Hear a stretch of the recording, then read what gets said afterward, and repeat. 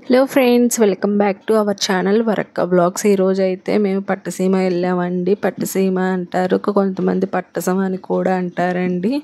అయితే పట్టసమ అని పేరు ఎలా వచ్చిందో నేను ఇప్పుడు మీకు చెప్తానండి. ఇదైతే గోదావరి నది మధ్యలో అయితే ఉంటుందండి శివుడి దేవాలయము. శ్రీ వీరభద్రస్వామి దేవాలయం అండి.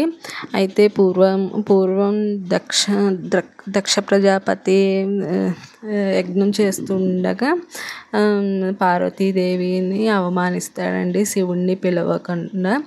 అయితే ఆ కోపంతో అయితే శివుడి దగ్గరికి వెళ్ళలేక అవమానంతో అయితే అగ్నికి ఆహుతి అవుద్దండి పార్వతీదేవి.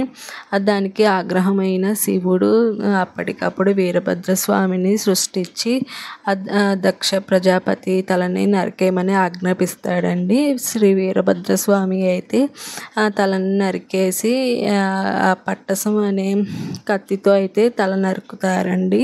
దాని మూలాన అయితే ఆ కత్తిని అయితే ఈ గోదావరి నదిలో కడిగినట్టుగా అయితే పురాణం చెప్తుందండి. దానివల్ల పట్టసం అని పేరు వచ్చింది.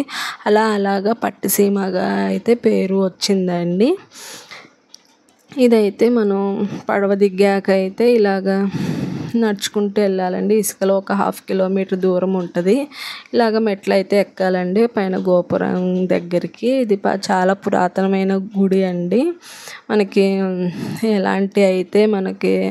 ఎలాంటి చెక్కు చెదరకుండా అలాగ పాతకాలంలాగే ఉంటుందండి. ఇక్కడైతే శ్రీ భద్రకాళి దేవి సమేతంగా శ్రీ వీరభద్రస్వామి అయితే ఇక్కడ వెలిసి ఉన్నారండి. చాలా మహిమాన్వితమైన దేవాలయం అండి.